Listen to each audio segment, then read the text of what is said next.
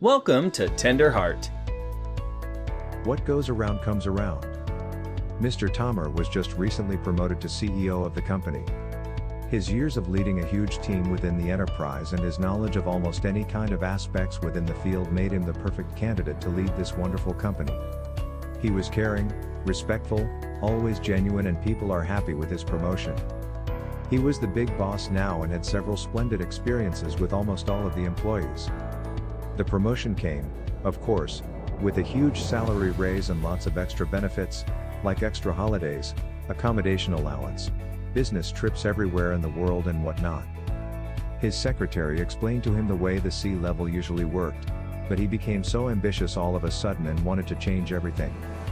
All the other C-levels would report to him almost daily and, especially with the finance department, he asked for all numbers that reflected the company growth and situation weekly, by Friday 9 a.m. sharp.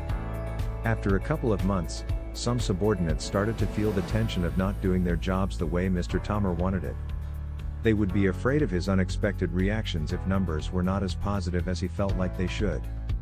He started projecting all his anger onto his secretary, and ended up firing her after only a few months in the position. The new hire accomplished almost any requirement Mr. Tomer asked for, which likened to slavery. She would even book his personal holidays, dates and restaurants for when he didn't feel like eating home. Some employees started leaving the company after one town hall meeting, where he claimed to be the best person to lead the successful company. Half of the people reporting directly to him began to feel enraged every day. The fact that he shouted at everyone who came with unfavorable results, no matter the department, and the fact that he was pinpointing to the workers at the very low levels didn't land well with the middle managers, who wanted him to take a step back and let them be what they were, managers of their respective teams. But Mr. Tomer would not stop. He would take them all for granted. All the people working for him would feel disrespected. He would take the accomplished goals of different teams as if only he did all the work. He would always use the same words during announcement meetings with company numbers, and remember, this has been a very good month. But this has been only possible thanks to my commands. Without them, I would have never achieved this. His ego grew exponentially and employees were just disappearing, leaving their jobs every week. When he took the role, the company had 2,500 employees. A year after, the company had 2,000 employees. 1 year and a half after it, the company had 1,500 employees.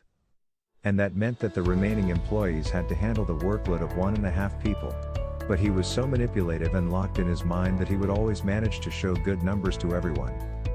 And always, of course, he would take all the credit for it.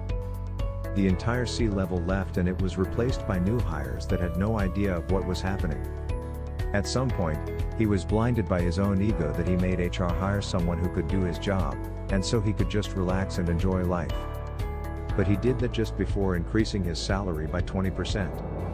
The name of the new CEO number 2 was Vanessa Mills. After she saw all the disaster he made in the precious mandate, she decided to take action. Together with the legal team, they would secretly meet in order to find a way of firing Mr. Tomer without him noticing. One day, while he was enjoying holiday in Aruba, he tried to pay for a meal with his company Visa, but the transaction was rejected. He immediately called the company, which transferred the call to Vanessa. She informed him that he was just being fired and that he could never come back to the company. Mr. Tomer felt very insecure all of a sudden due to all the properties he just bought from the money he still didn't have. He went bankrupt and had to start a job as a bartender. He felt what it was like to be at the very bottom level for the first time in more than 15 years. On his first shift, he was yelled at by a customer for no apparent reason. Did he deserve it? It is questionable. But there is a saying, what goes around comes around.